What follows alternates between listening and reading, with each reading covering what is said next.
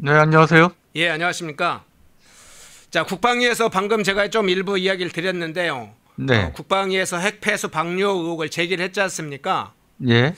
주로 지금 어떤 내용이 제기가 된 것인가요? 네, 말씀하셨다시피, 최근 이제 온라인 커뮤니티하고 SNS를 중심으로 해서, 함경북도 평산에 있는 우라늄 정년시설에서 방사성 오염물질이 포함된 폐수를 인근 하천으로 무단 방류하고 있다는 의혹이 확산되고 있죠. 예. 이에 따라서 저희 당 한기호 의원님께서 지난 25일 국회 국방위 전체회의에서 이 문제를 공식 제기하셨습니다. 어떤 내용인가 하면 북한의 핵폐수가 예성강과 임진강을 따라 흘러내려와 한강하구를 통해 우리 강화도 및 서해수계까지 영향을 줄 수 있는 만큼 정부가 정확한 사실관계를 신속히 파악하고 필요한 대응책을 마련해야 한다고 이제 촉구를 하셨는데요. 사실 이 의혹은 이번에 이제 갑자기 완전히 새로 나온 게 아니고 2019년에 북한 전문 매체인 데일리 NK라고 있지 않습니까? 예.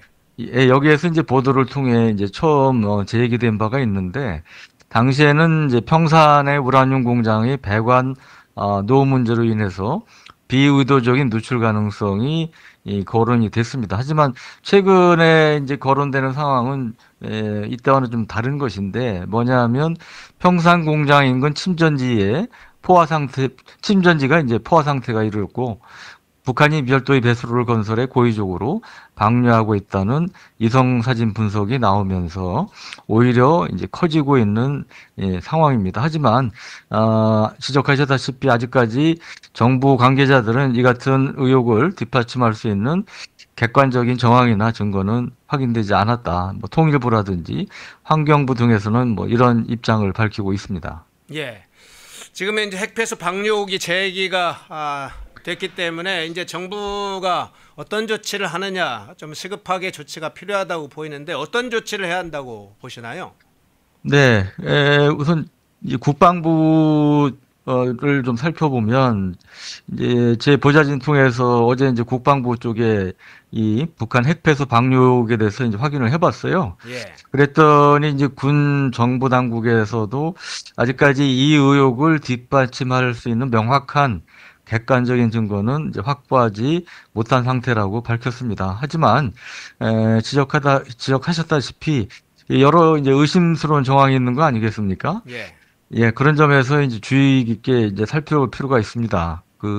평산의 이제 우라늄 공장 인근 침전지에는 폐기물이 지속적으로 축적되고 있고 실제로 작년 10월 위성 사진을 보면은 해당 침전지가 거의 포화 상태를 이르렀고 녹조 현상까지 나타나고 있는 모습이 포착되고 있습니다. 그리고 북한이 요즘 하고 있는 도발이 이제 회색지대 도발이라고 들어보셨죠? 회색지대 도발이요. 예. 네네. 그러니까 이제 오물풍선 도발이라든지 예. 최근까지도 계속됐던 전방 지역에서의 아주 그 사람이 참기 힘든 기괴한 소음이 담긴 대남 확성기 방송을 한다든지 GPS 교란 행위라든지 이런 것들은 이제 북한의 도발 의도는 분명하지만 이 고강도 도발이라고 단정하기 어렵기 때문에 우리 군이나 정부에서 강하게 대응하기 힘든 이런 이제 회색지대 도발이 여러 형태로 계속되어 왔는데 북한이 의도적으로 만약에 이런 핵폐수를 방류한다면 이러한 이제 회색지대 도발의 연장선상에서 볼 수가 있기 때문에 저는 국방부를 비롯해서 해수부, 환경부 등 이 관계부처가 사안의 심각성을 인지하고 선제적으로 모니터링과 대응 체계를 가동할 필요가 있다고 생각합니다. 예, 지금 말씀하신 국방부, 해수부, 환경부 좀 이렇게 합동조사를 팀을 구성해서 조사할 필요가 있겠군요. 그렇습니다. 그러니까 이거를 단순히 이제 기술적인 문제로만 보지 말고 예. 안보 문제와 환경 문제가 복합적으로 결합된 이제 사안이지 않습니까? 그래서 예. 이러한 말씀하셨다시피 정부 부처 간에 협력해서 감시하고 대응할 필요가 있다고 봅니다.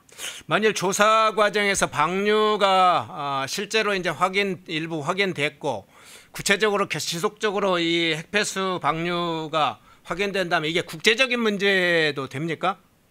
국제적인 문제로 확산될 수도 있겠죠. 왜냐하면 이게 서해상으로 이제 흘러가는 거 아니겠습니까? 예. 그러면 이제 당연히 뭐 중국이라든지 이런 인접 국가에서도 민감한 반응을 보일 수밖에 없는 사안이 될 것으로 봅니다. 예. IAEA 관련된 부분도 좀 주목을 해봐야 되겠군요.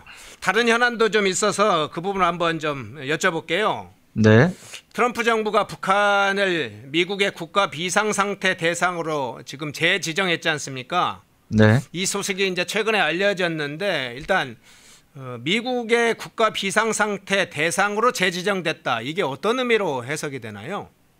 예, 말씀하셨다시피 이제 이 내용은 그 지난 23일자 미국 연방 관보에 공개가 됐는데 백악관이 6월 20일자로 작성된 통지문을 통해서 행정명령 13,466호에 따라 선포된 북한 관련 국가 비상사태를 1년 더 연장하기로 결정했다고 밝혔습니다. 백악관은 그 이후로 한반도에서 핵무기로 사용 가능한 핵분열 물질의 존재와 확산 위험, 그리고 북한 정부의 행동과 정책이 여전히 미국의 국가안보, 외교정책, 경제에 특별하고 비상한 위협이 되고 있다고 명시를 했는데요. 참고로 북한은 지난 2008년부터 매년 북한을 국가 비상사태 대상으로 지정해 왔고요. 이번 연장은 트럼프 2기 행정부 출범 이후 처음으로 내려진 대북 관련 조치라는 점에서 주목을 받고 있습니다. 근데 이제 2008년부터 계속됐다고 그러니까 예. 뭐 단순한 연례적인 절차가 아니냐 뭐 그렇게 보실 수도 있겠지만 이제 그렇지 않고 북한의 핵위협을 지속적으로 관리하고 대북 제재를 위한 법적 기반을 유지하면서 트럼프 위기의 대북 강경 기조를 분명히 한 선언적 조치로 해석할 수가 있겠습니다. 그러니까 북한에 대한 압박 수단을 결코 포기하지 않겠다는 트럼프 대통령의 의지이자 외교 협상의 주도권을 계속해서 미국이 쥐고 가겠다는 전략적 메시지로도 볼 수 있겠습니다. 그 의미는 이제 북핵이 그러면 미국의 현실적 위협이 계속되고 있다. 이런 걸 함축하는 것이라고 봐도 될까요? 그렇습니다. 예. 북한의 핵 문제는 여전히 이제 계속되고 있는데 그러면 이번에 특히 이제 중동 문제와 연관해서 한번 좀 살펴보고 싶은데요. 지금 트럼프 대통령이 미국 어떤 이란의 핵시설 공습을 감행을 했지 않습니까? 네. 이 부분이 이제 북한과 김정은에 미친 영향, 이 부분은 어떻게 보시나요? 네. 일단 김정은에게 이 북한 핵시설도 여차하면 최악의 경우 직접 때릴 수 있다. 이런 메시지를 보낸 거 아니겠습니까? 예. 이제 그런 점에서 이제 김정은을 포함한 이제 북한에 대한 견제 메시지, 경고 메시지는 이제 분명히 보냈다고 볼 수가 있는데 그러면 이거를 통해서 북한이 핵을 포기할 것이냐, 핵 개발을 중단할 것이냐, 그렇게 보기에는 어려운 점이 많다고 봅니다. 우선 이번에 보면 이제 이란을 실제로 공습한 것은 이란이 핵무기를 보유한 상태가 아닌 직전 단계이기 때문에 이런 공습을 할 수 있었다는 그런 해석도 나오고 있죠. 예. 근데 이제 북한은 이미 한 50기 정도의 핵무기를 보유하고 있는 핵 보유국입니다. 사실상 핵 보유국이죠. 그래서 김정은 입장에서는 야, 미국이 우리를 함부로 공습 못하게, 공격 못하게 하려면 좀 더 확실한 강력한 핵무장을 해야 되겠구나. 그렇게 생각할 수도 있겠죠. 그래서 오히려 북한이 핵 개발을 포기하지 않고 더욱 이 전술핵 무기를 포함해서 핵무기 개발에 박차를 가하고 또 부담하는 무기를 실전 배치하고 또 이러한 뭐 추가 핵실험이라든지 이런 걸 통해서 능력을 과시하면서 긴장을 고조시키는 이러한 선택을 할 가능성도 있기 때문에 이제 그 점을 우리가 이제 유의해서 봐야 될 것 같고요. 네. 두 번째로는 이번에 미국이 처음으로 GBU 57이라는 세계에서 가장 강력한 벙커버스터를 사용하지 않았습니까? 그렇죠. 네, 이게 이제 지하 60m 콘크리트까지 관통해서 파괴할 수 있는 가장 강력한 무기인데 이거를 이제 미국이 무려 14발이나 사용을 했습니다.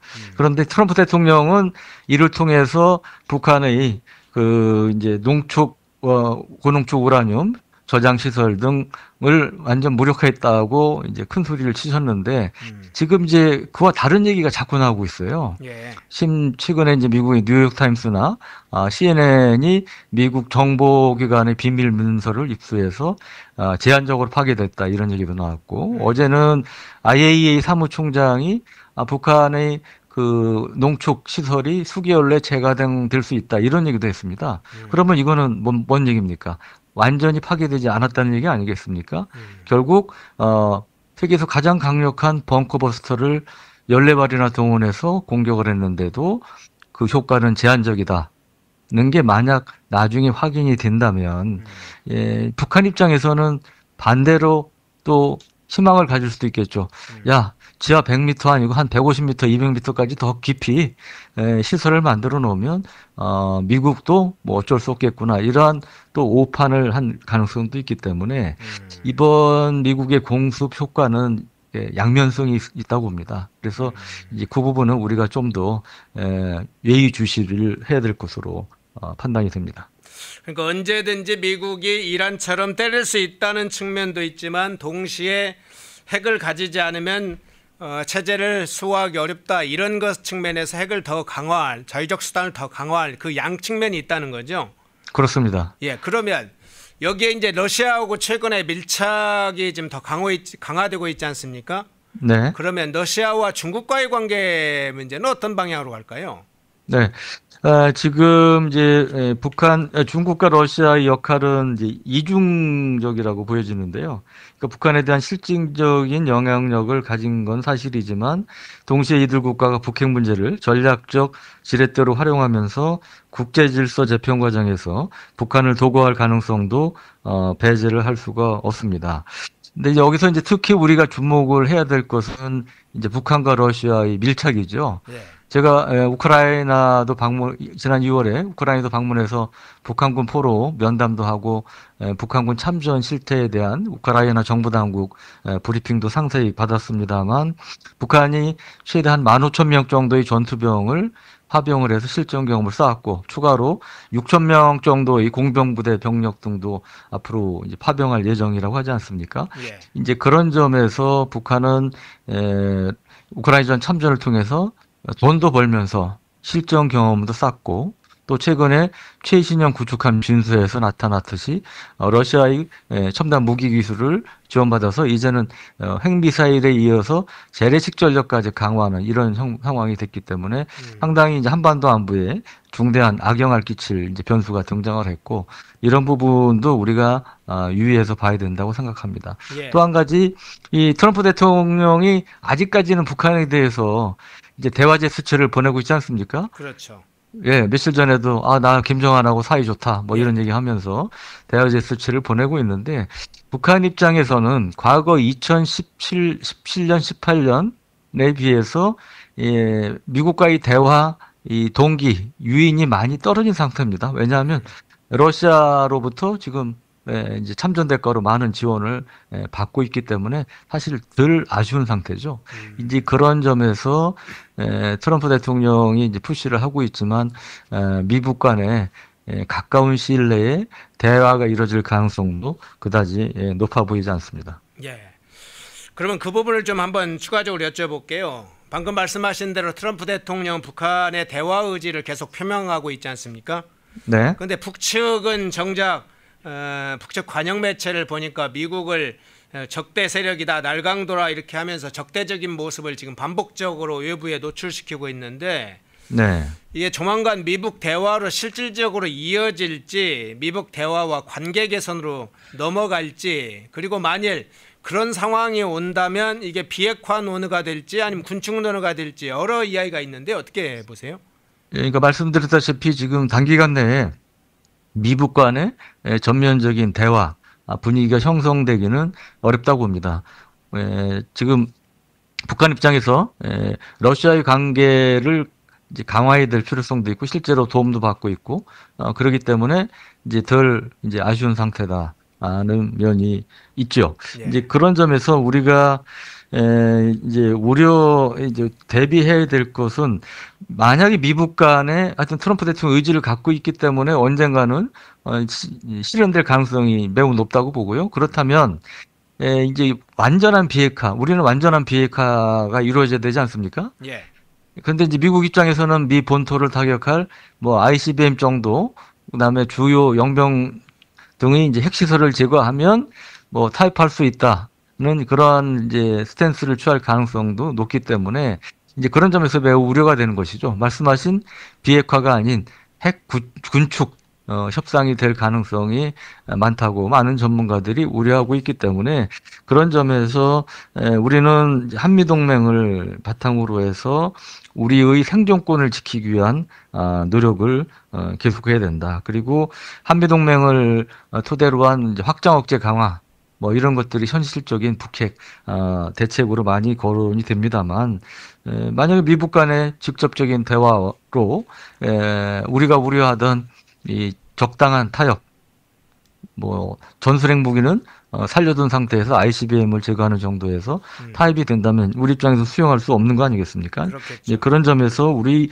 생존권 보장을 위한 최소한의 자유적인 능력은 갖춰야 된다. 뭐 핵무장까지는 아니더라도 언제든지 핵무기를 만들 수 있는 핵무장 잠재력을 제가 계속 이제 주장을 해왔는데 예. 그런 잠재력이라든지 그다음에 현무5 같은 강력한 비핵 비대칭 전략 무기 같은 것들을 강화할 필요성이 있다고 봅니다. 실제로 지금 마지막으로 말씀해 주신 이 핵무장 잠재력, 우리도 사실은 언제든지 핵무기를 만들 수 있는 능력을 갖추는 문제, 이 관련해서 최근 한 2, 3년, 3년 사이에 미국 조야에서도 상당히 관심을 보이는 걸로 알려져 있는데 실제로 네. 의원님 미국 가서 느꼈을 때는 실제 어땠습니까? 최근에는 제가 이제 미국 가서 들어본 적은 없고요. 네. 다만 이제 제가 이제 미국 전문가들이 국내 왔을 때 만나보기도 하고 제가 참고로 국회에서 이제 들어온 지 뭐 1년밖에 안 됩니다만 핵무장 잠재력을 갖자. 핵잠수함도 보유하자 이런 취지의 지금 무공화 포럼을 만들었습니다. 예. 그래서 지금 의원 30여 분이 이제 가입해서 활동하고 있는데 이제 그런 부분에 대해서 이제 공감대가 많이 넓어지고 있고 또 하나는 이제 트럼프 대통령이 기본적으로 사업가이기 때문에 이제 거래적 접근이 가능할 것이다. 이렇게 많이 보지 않습니까? 예. 이제 그런 점에서 우리가 이제 방위비 분담금도 현실적으로 이제 올려줄 수밖에 없을 텐데 이제 그런 데 대한 이제 반대급부 일종의 딜로 우리 뭐 한미 원자력 협정 개정을 통한 농축 재처리 기술 확보라든지 핵잠수함 확보라든지 이러한 이제 거래적 접근을 할 필요가 있다고 생각합니다. 예. 중국 문제도 한번 좀 여쭤볼게요. 최근에 저 의원님께서 이 서해 구조물 관련해서 이 중국 해경과 함정의 우리 해양 조사선 온누리호라는 우리 해양 조사선의 조사 방해 사건을 공개한 적이 있던데요.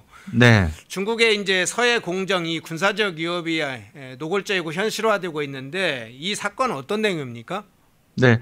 지난주 외통위에서 제가 이제 이 자세한 내용을 좀 공개를 했는데 지난 2월 26일에 우리 해양조사선 원누리호가 서해 잠정 조치 수용 내 중국의 무단 해양 구조물 3개에 대해서 정당한 조사를 벌이고 있었는데 이때 중국의 해경 함정 2척 그리고 고무보트 3척이 동원돼서 조직적인 방해를 이제 했다고 그럽니다. 네. 일부 언론 보도에 따르면 이 고무보트 3척에 탑승한 인원이 흉기를 들고 위협했다는 이러한 얘기도 나오고 있는데 이때 이제 해수부 상황 일지도 저희가 이제 받아서 봤는데, 예. 우리 해경이 이제 경비 함정을 투입은 했지만 중국의 이러한 그 이 고강도 무력 시위에 대해서 무력 시위 때문에 조사를 제대로 진행하지 못했다고 합니다. 그런 점에서 이 해양 주권이 사실은 중대하게 침해되는 상황 아니겠습니까? 예. 그런데 하여튼 우리 정부가 단호하게 대응을 하지 못해서 매우 아쉽게 유감스럽게 생각을 합니다. 이게 왜 이제 우리가 이제 중국이 서해에 만드는 해양 부위라든지 그다음에 해양 구조물에 대해서 눈여겨봐야 하냐면 중국이 남중국해 7개 인공섬을 만들지 않았습니까? 예. 근데 이거를 어 일부 전문가들이 우려한 대로 여기에다 활주로까지 만들어서 이제 군사기지로 전환한 이제 사례가 있기 때문에 결국 중국의 이러한 이제 남중국해 인공섬의 재판, 그래서 서해를 자기들 내외화하려는 거 아니냐, 이러한 이제 우려가 되는 게 현실인 거죠. 그렇기 때문에 중국이 설치한 뭐 해양 양식장이라고 주장하는 설란 1, 2호라든지 시추선 형태의 철골 구조물이라든지 이런 서해에 계속 이런 것들을 만들고 있는 거에 대해서 우리가 단호한 우리가 큰 관심을 갖고 단호한 대응을 필요가 있는 겁니다. 예. 자, 지금 북한 문제로 좀 한두 가지 다시 여쭤볼게요. 최근에 유엔 인권사무소에서 행사를 했는데 당시에 탈북민 김일혁 씨가 나와서 증언을 했는데 한국의 드라마나 가요를 북한에서 유포하거나 봤다고 공개총살하는 사례가 소개가 됐는데 네, 한 번에 12명씩 죽였다 이런 증언까지 나왔습니다. 네. 북한 내부 상황 어떻게 보고 계세요? 예, 말씀하셨다시피 지난해 5월 탈북한 김일혁 씨가 자신이 북한에 있을 때 남한 드라마와 케이팝을 유포한 22살 지인이 공개 총살당한 사실을 증언했습니다. 석 달에 한두 번씩 공개 처형이 이루어지고 한 달에 12명씩 처형하는 일도 있었다고 해 충격을 주고 있는데요. 북한 정권은 지금도 체제 유지를 위해 주민들에 대한 극단적인 감시와 처벌을 강화하고 있다고 합니다. 최근 언론 보도에 따르면 북한 스마트폰에선 오빠라는 단어가 동지로 자동 수정이 되고 일정 주기로 스크린샷이 북한 당국 서버에 전송되는 시스템이 작동 중이라고 합니다. 그리고 승인되지 않은 단어 사진이 감지되면 즉시 보이부 조사를 받게 된다고 합니다. 그러니까 말 그대로 주민들의 일상이 디지털 장치를 통해 감시되는 말 그대로 이 디지털 감옥 국가로 바뀌고 있다고 볼 수가 있겠습니다. 실제로 그러면 그게 과거에 뭐 2000년 초반의 상황 공개 총살은 그 당시에는 많이 공개가 됐는데 지금도 그러면 여전히 진행형이라고 봐야 되겠군요. 그렇죠. 이제 북한이 의도적으로 공개하지 않다고 하더라도 내부 체제 결속, 단속을 위해서 계속 사라지지 않고 진행되고 있다고 볼 수가 있겠고요. 특히 이 주민들의 생활이 어려워지고 내부 반발이 커질수록 이런 행태는 더 강화될 우려도 있다고 봅니다. 예. 마지막으로 이 질문 좀 드릴게요. 어제 의원님께서 제2연평해전 그 기념행사를 참석하신 걸로 제가 들었는데, 네. 연평해전, 연평도 포격, 천안함 폭침 뭐 이런 이제 북한의 기습 공격이 과거에도 있었는데 지금 최근의 상황을 볼 때 북한의 기습 공격 언제든지 가능한지 그 부분하고 또 네. 이제 시청자분들께 오늘 좀 마지막으로 전하고 싶은 메시지가 있을 텐데요. 그 부분도 한번 이야기를 좀 해주시죠. 네. 말씀하셨다시피 어제 평택 이암대에서 열린 제2연평해전 승전 23주년 기념행사에 참석을 했었습니다. 저는 이제 31년간 국방부만 담당하면서 말씀하신 제1차 연평해전, 연평도 포격 도발, 천안함 폭침 이걸 다 이제 현장에서 이제 지켜봤던 사람이기 때문에 더욱 이 연평해전 승전 기념행사 참석이 좀 남다른 감회가 있었고요. 특히 어제 행사는 처음으로 이 당시에 북한 경비정 기습 공격으로 침몰한 우리 357정이 있습니다. 참수리급 고속정인데요. 이 357정 외에 그때 교전한 이제 358정이라고 있는데 이 두 함정의 승조원 전원 이름을 다 호명을 했습니다. 예. 근데 이렇게 전체 이름을 행사에서 호명한 게 처음입니다. 그래서 더욱 의미가 있었다고 생각을 합니다. 근데 말씀하신 이러한 이제 천안함 폭침이라든지 연평도 포격 도발 같은 경우는 사실 정전협정 체결 이후에 처음으로 있었던 거의 초고강도 도발이라고 할 수 있는데 현재 상태에서 이러한 북한이 초고강도 도발을 할 가능성은 적어도 가까운 시일 내에는 매우 낮다고 봅니다. 왜냐하면 북한이 아시다시피 지금 우크라이나 전에 대규모 병력을 이제 파병을 했습니다. 특히 이 15,000명 가량 파병된 병력이 다 폭풍 군단이라고 불리는 11군단 그리고 정찰 총국 같은 유사시에 우리 대남 침투 임무를 주임무로 하는 특수부대 병력이기 때문에 이고요. 또 하나는 포탄을 그동안 북한이 러시아에 수출한 게 무려 한 1,000만 발에 달한다고 합니다. 그렇기 때문에 전쟁을 하려면 특히 전면전을 하려면 이런 포탄이라든지 이런 것들이 매우 중요하기 때문에 그 가능성은 높지 않다. 현재 상태로는 그렇게 이제 저뿐 아니고 많은 이제 군 관계자를 포함해서 전문가들이 예상을 하고 있습니다. 하지만 우발적인 이러한 그러니까 북한 국지 도발에 따른 우발적인 충돌은 벌어질 수 있기 때문에 우리가 대비할 필요가 있다고 이제 보고요. 그리고 끝으로 이제 드리고 싶은 말씀은 지금 이제 민생 경제가 매우 어려워서 일상도 우리 시청자분들의 일상도 매우 이제 힘드실 걸로 생각이 됩니다. 근데 하지만 이럴 때일수록 국민의 생명과 안전을 지키는 안보와 국방의 중요성도 결코 간과돼서는 안 된다고 보고요. 저는 앞으로도 이러한 인식을 바탕으로 튼튼한 안보가 곧 민생이 기반이라는 마음으로 적극적으로 의정 활동에 임하겠습니다.